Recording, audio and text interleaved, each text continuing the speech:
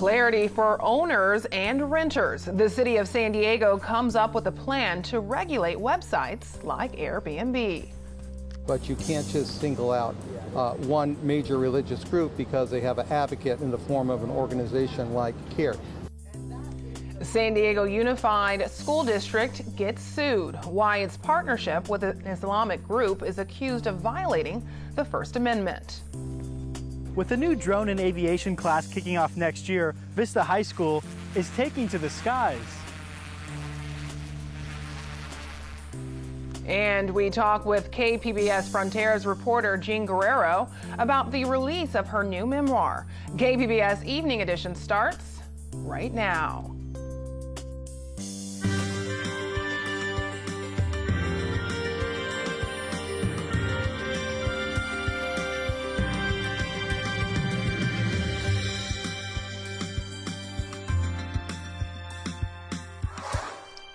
Good evening and thanks for joining us. I'm Ebony Monet.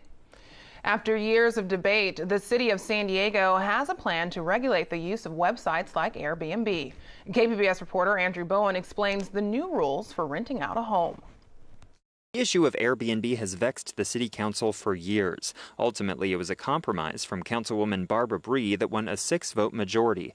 The proposal lets hosts rent out a spare bedroom in their homes without much hassle. To rent out an entire home, hosts need an expensive license, and they can only do it for the home they live in most of the year. Bree says short-term rentals deplete the housing supply, exacerbating the housing crisis. I'm excited that we were able to do something that's the right policy for our city and that we talked about housing, which was the right thing to be talking about. Similar ordinances in other cities have ended up in court or on the ballot via a referendum. Andrew Bowen, KPBS News. The framework for the new rules is largely part of a compromise plan supported by Mayor Kevin Faulconer. In a statement released after the vote, the mayor said the most important thing is that we have an established set of rules that protects neighborhood quality of life through increased oversight and enforcement. True compromise means everyone gives a little in order to reach a common objective, and we can all agree that it's time for San Diego to move forward on this issue.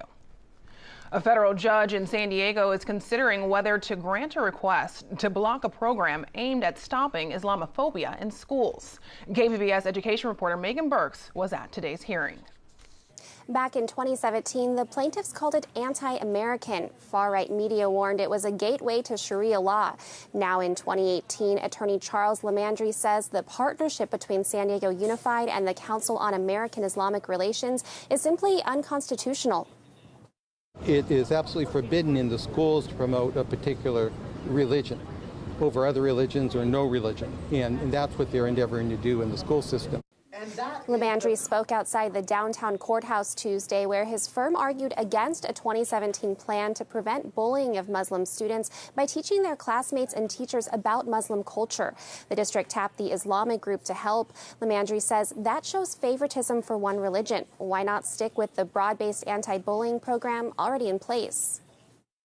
Disagree that it would be appropriate for a district to not identify what the problem areas are. You're going to look at issues like LGBT students and say these students need protection. In terms of that, this group here needs protection. The judge will issue a decision in writing. She may also throw out the case altogether. The district has already walked back the plan in response to the lawsuit. Megan Burks, KPBS News. State lawmakers are debating if school vaccination laws need to be strengthened. Medical experts say there's evidence that parents might be abusing the waiver system. Current law requires all children be immunized before attending school. While there's no exception for personal belief, parents can get a waiver for medical reasons. There's no school that's going to have a quarter of the kids really have true medical exemption. That's why we suspect many of these medical exemptions are obtained by parents who shop around, find a physician who's willing to provide these, and that's probably unethical. It's a little bit like whack-a-mole in that there's different theories that come up all the time. As soon as one is debunked, another one comes up. But one of them was the vaccine autism link, which was which was articulated by a British scientist who was stripped of his license. That paper's been retracted. He was found to be lying on several accounts, and there is no scientific evidence that vaccines are associated with autism. One proposal is to audit doctors who provide a high number of medical exemptions. Workshops on how to eat better, exercise, and de-stress are coming to a library near you. KPBS reporter Matt Hoffman says the region's largest healthcare provider is offering the classes for free. The workshops are made possible thanks to a partnership between Sharp Healthcare and the City of San Diego. There are plans for more than 50 wellness classes focusing on topics like depression, substance abuse, and living a healthy lifestyle. Having folks and professionals that are out there in the community say, tell me what some of your questions are and answer them. You don't feel like you have to go down to a clinic or something else. It's designed to be easy to use and free of charge. Sharp is also hosting a handful of similar workshops for city employees. One of the classes that we offer that's one of my favorites is Nutrition Basics, the key to healthy eating. Tracy Grant is a registered dietitian and is overseeing the workshops. Our goal is to get baseline basic health education into the hands of the community on the topics that they need the most. There's a lot of very basic concepts that just are not common knowledge. The classes will be held at libraries and recreation centers for at least the next 3 years. Matt Hoffman, KPBS News. The company that owns the Mandalay Bay Hotel in Las Vegas is trying to protect itself from lawsuits. MGM Resorts has filed a federal lawsuit against more than 1,000 victims of last year's mass shooting. The company claims it can't be held liable in any civil lawsuits related to the shooting. It cites a law passed after 9/11 that protects any company that uses anti-terrorism technology. The FBI has not called it an act of terrorism because the shooter's motive is unknown. The Surfrider Foundation is moving forward with a lawsuit over cross-border sewage contamination. The nonprofit says the federal government is failing to comply with water quality standards under the Clean Water Act. The sewage spills are caused by bad infrastructure on the Tijuana side of the border. Local beaches are often contaminated after stormy weather. KPBS reporter Jean Guerrero's work on the Fronteras desk has taken her across the border to Tijuana and beyond. Now she's sharing a very personal story of her own. Her memoir, Crocks, won the Penn Fusion Emerging Writers Prize. The official book launch is tonight in La Jolla. I chatted with Jean about how her work as a journalist shaped her story about her childhood, her father, and her family. Jean, welcome. Thanks for having me. I must say I am enjoying Crocks. Can you tell us a little bit about it? So Crocks is the story of me trying to confront my lifelong obsession with my father, trying to reconcile the man that he became with the man that he once was. When I was a little girl, he was my primary caretaker. My mother's a doctor, so she was busy with patients, and so I spent most of my time with him. And I just have these really vivid memories of him taking me outside and discovering the natural world with me. He would take me to the coast of Baja and take me to the tide pools and pull out hermit crabs and seaweed and place it in my hands and tell me what everything was called. And he would point at the ocean and tell me these fascinating stories about all the things that lived inside the ocean. So I just have these really vivid memories of my father being this person who was full of wonder and curiosity and playfulness. And then one day it was gone. My father started sleeping all day and eventually became convinced that the CIA was after him, started doing things like wrapping himself up in aluminum foil. And my mother told me that he had paranoid schizophrenia. He had his own fantastical tales about what the CIA was doing to him. And I didn't know what was going on. All I knew as a child was that whatever was happening had taken my father away from me. And it's something that has obsessed me ever since, and I've wanted to solve it. And as an adult, I decided to do it through journalism. Your writing is beautifully descriptive, even some situations that happen between your parents that predate your birth. Did you give yourself creative license? Where do you draw the line between facts and poetry? So I did an MFA program that was very adamant about memoir being the truth and nothing but the truth, because if you start to exaggerate, if you start to have creative license, then you cheapen the genre. People will be less inclined to read memoir because they read it in part because they think it's true. So I was very careful and rigorous with my reporting and making sure that I adhered to those ethical journalistic standards. However, there are chapters in there that are told entirely from the point of view of my father, for example, things that he believed happened to him, told from his point of view. And so I frame those chapters within the context of our conversation so that the reader knows that what I'm telling them is, this is what my father told me, not necessarily this is what was happening. But I wanted to honor the complexity of my father's reality, and doing so basically entailed creating this tapestry of stories, stories from his point of view, stories from my grandmother's point of view, as well as my own memories and my own reporting. And as a journalist who reports on stories along the U.S.-Mexico border, what is it like for you now being a journalist during this time with this heightened emotion and attention being paid to immigration? Right. Well, lately I've been covering the family separation issue and seeing the children being taken away from their parents. It's definitely something that I can identify with. Not to say that my experience is anywhere close to what these children are experiencing, but I know what it means. I know what it feels like to be physically and emotionally separated from a father, and there's trauma associated with that. So that's something that I'm definitely familiar with, and when I'm reporting on these issues, it touches me as a human as well as a journalist. And lastly, what do you hope readers take away from Crocks? So Crocks for me is really about the fact that the truth is always way more complex than we think it is. When I thought I understood my father, when I saw him as only someone who had paranoid schizophrenia, and I thought that label encompassed who he was, that's when I started having these self-destructive tendencies, because I was doing violence to my concept of the truth and of humanity. I was being reductionistic in terms of my thinking about my father. Not to say that paranoid schizophrenia isn't a perfectly valid diagnosis, but in terms of my father, it really limited my understanding to one very specific realm. And when I opened up my thinking to entertain other possibilities, it brought me closer to my father and also set me free from him in a way, because I was able to separate myself from him by having empathy and a more complicated understanding. Jean Guerrero, KPBS Frontiers reporter and author, thank you so much for your time. Thank you so much. I'm Judy Woodruff. Tonight on the NewsHour, an about-face. President Trump tries to contain the fallout from his statements supporting Vladimir Putin. Coming up at 7 after Evening Edition on KPBS. New time-lapse video shows the smoke from a wildfire burning near Yosemite.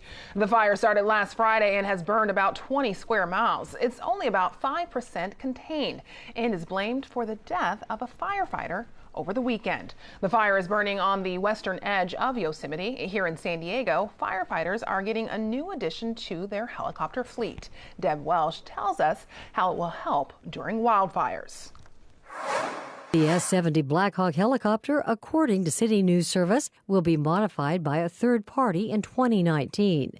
At that time, it will be outfitted with several features, including a 1,000-gallon belly tank, a retractable snorkel, extended landing gear, and a rescue hoist. San Diego Fire Rescue Air Operations Chief Chuck McFarland says the Black Hawk is a game changer in its primary role of fire suppression in support of firefighting crews on the ground. The addition will bring the department's aerial fleet to 3. The San Diego City Council approved the nearly $10 million purchase in 2017. Deb Welsh, KPBS News. We actually have a thunderstorm in the forecast for the San Diego metro area tomorrow. It's because, notice, we have some extra moisture creeping in from the west. This is all because of monsoon season, of course. Some spotty showers in places, but not all of these green areas you're seeing are actually getting rain. Some of it kind of dries out before it actually hits the ground. But some people, especially in the mountains, are seeing some spotty showers, and that could push off as far west as the coast by tomorrow. It's a slight chance, only about 10%, but especially if you're in the mountains, that's where you could see it. So for tonight, 68 degrees, low clouds, even some fog. So when you wake up in the morning, it's going to appear kind of gloomy along the coast as it usually does. But of course, we will have some sunshine later on. So Oceanside tonight at 69 degrees, Chula Vista 69, Ramona at 67. And the further east you get, that's where you could more likely see some showers, perhaps a storm. Borrego Springs at 80 degrees. Now tomorrow, it's going to be hot, especially those interior areas, a bit above average, nothing outrageously above average, but slightly above average temperatures.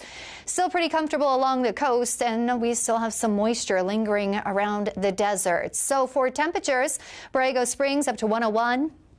Mount Laguna at 77, Chula Vista 77, and San Diego at 78. And notice those showers and storms popping up pretty much anywhere. But again, the further west you go, the closer to the coast, it is a less likely chance, but it's still there. You could see perhaps a shower. So Thursday will be a drier day, humid, 80 degrees. Friday through Sunday staying dry, but humid off and on with our temperatures steady in the low 80s along the coast. In the inland areas, perhaps a stray storm Wednesday, dry Thursday through Sunday, sunny temperatures in those upper 80s much of the week. In the mountains, it's going to be very comfortable in the 70s through Friday. By the weekend, a bit warmer in the low 80s. And in the deserts, it's hot. Temperatures well into the 100s. For KPBS News, I'm Erin Calandra. Ebony, back to you. Starting next month, Vista High School students will take to the skies through a special aviation course. KPBS reporter Matt Hoffman tells us it's taken nearly 2 years to get the program off the ground. 120 degrees field of view in here. So it's 3 monitors, the 2 side monitors and the main center monitor.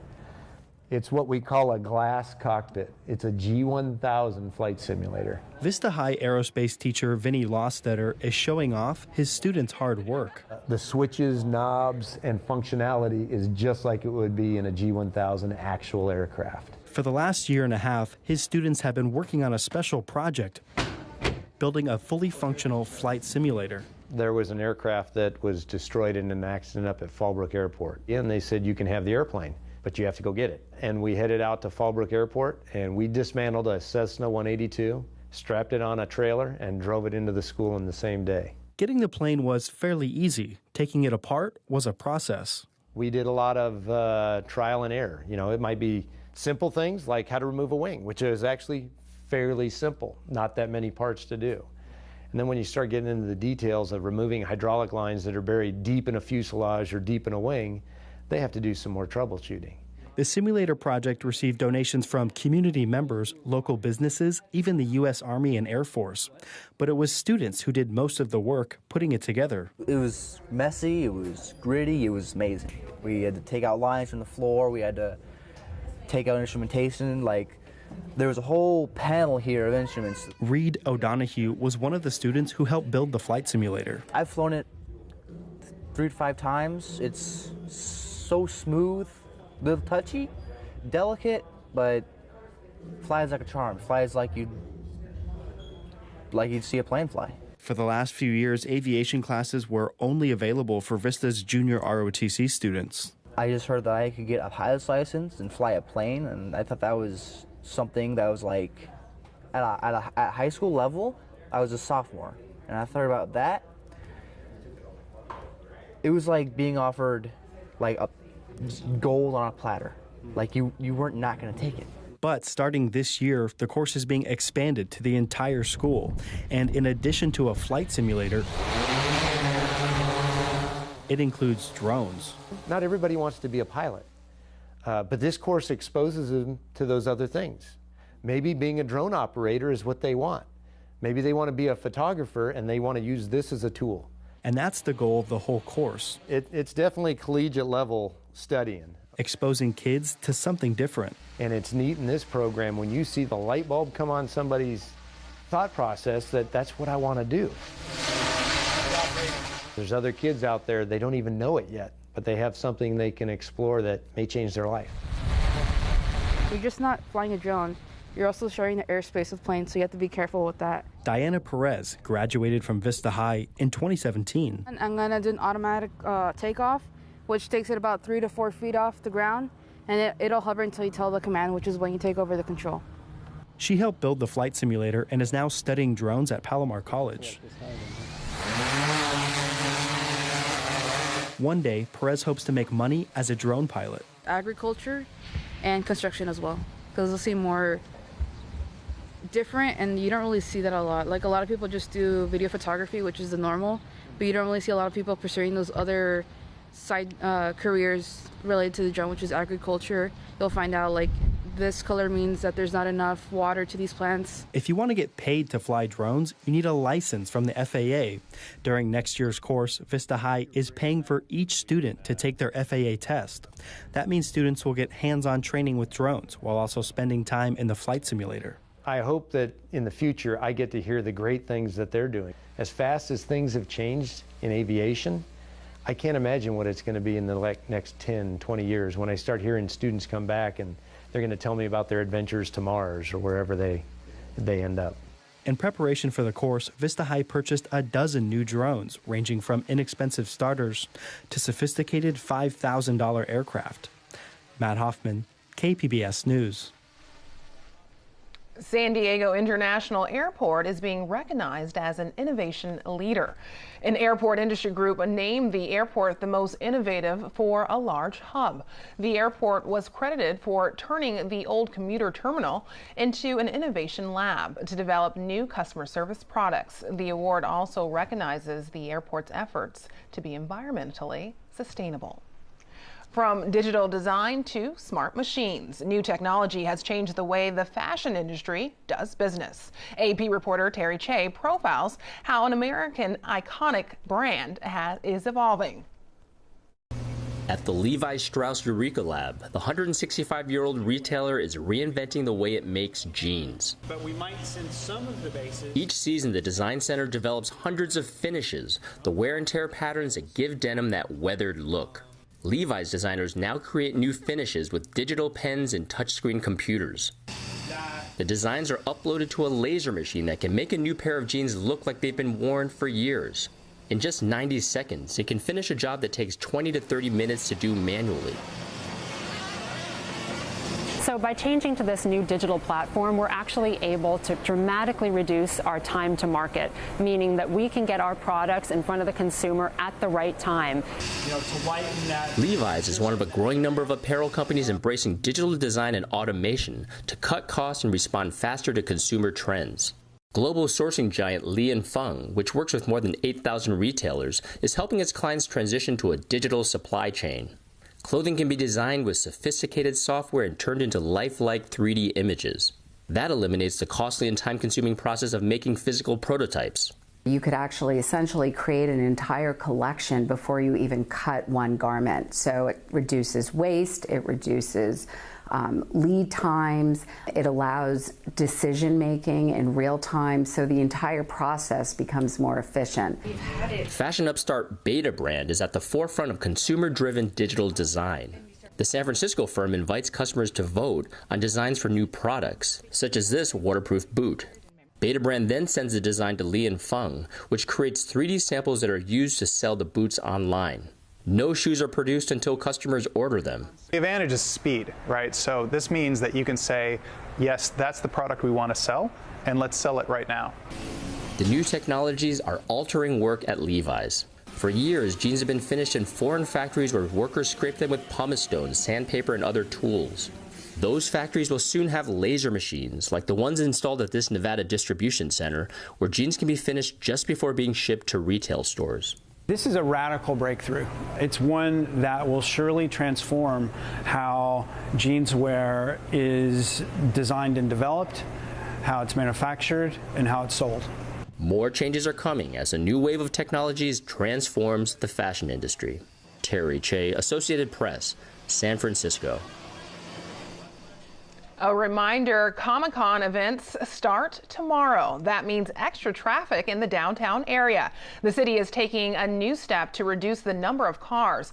By closing Harbor Drive, the closure will stretch from Park Boulevard to First Avenue. Shuttle buses will still be allowed access. The closure begins with tomorrow's preview night's events at the Convention Center. Now here's a look at what we're working on for tomorrow in the KPBS newsroom. On Morning Edition, boosting California's energy grid, why some critics say a plan to work with other states could hurt some climate change goals. And on Midday Edition, coverage of Comic-Con 2018, including a talk with organizer David Glanzer about what's new at this year's Pop Culture Expo. You can find tonight's stories on our website, kpbs.org/evening edition. Thanks for joining us. Have a great night.